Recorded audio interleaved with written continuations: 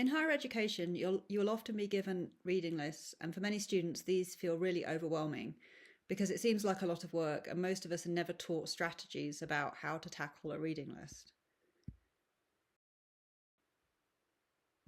I'm going to talk a bit about why you do get given a reading list, why it benefits you to make good use of it, how to think about it in a way that helps it be a tool rather than a burden, and to give you a quick strategy to tackle your reading list in practice.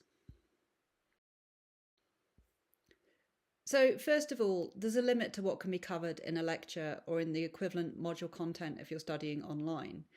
Your lecture or the equivalent is an outline, an initial guide to the areas of the topics that you're expected to focus on in your course.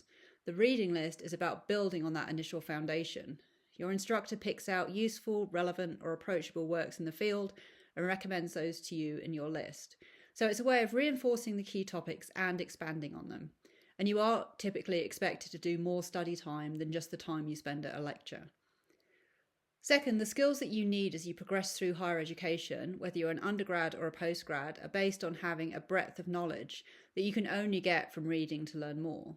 Particularly as you get to the later stages of an undergraduate degree, or if you're studying a postgraduate degree, you're assessed more for things like critical thinking and creativity. And the only ways that you can do things like critical thinking and creativity are by having a broad base of knowledge about the topic. The best way to get that is from doing more reading. You're also starting to become part of the academic conversation as you progress, and some students do actually publish into the academic literature before they graduate, typically from master's degrees, but sometimes from their undergraduate degrees. So you need to start reading about what other academics write to become part of that conversation.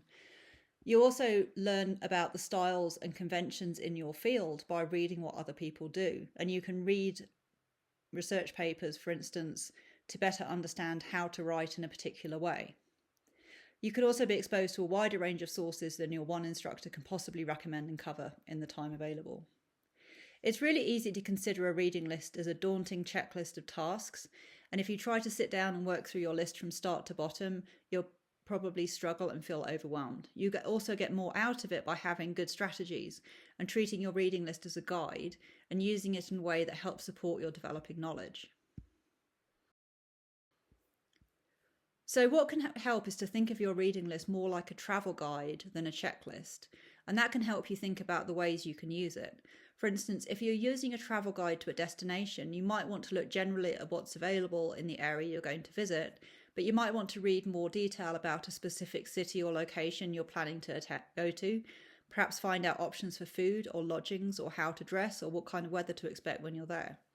Similarly, with your reading list, you might use it to get an overall sense of the subject you're learning about, or more details about one specific aspect of the topic. With psychology, you might also be learning more about the methods used to create that knowledge. They're all different ways to help you focus on different aspects of your reading, rather than just starting at the beginning of your list and reading through tens or hundreds of pages in turn. I also think it's useful to think about your reading as either reading for breadth or reading for depth.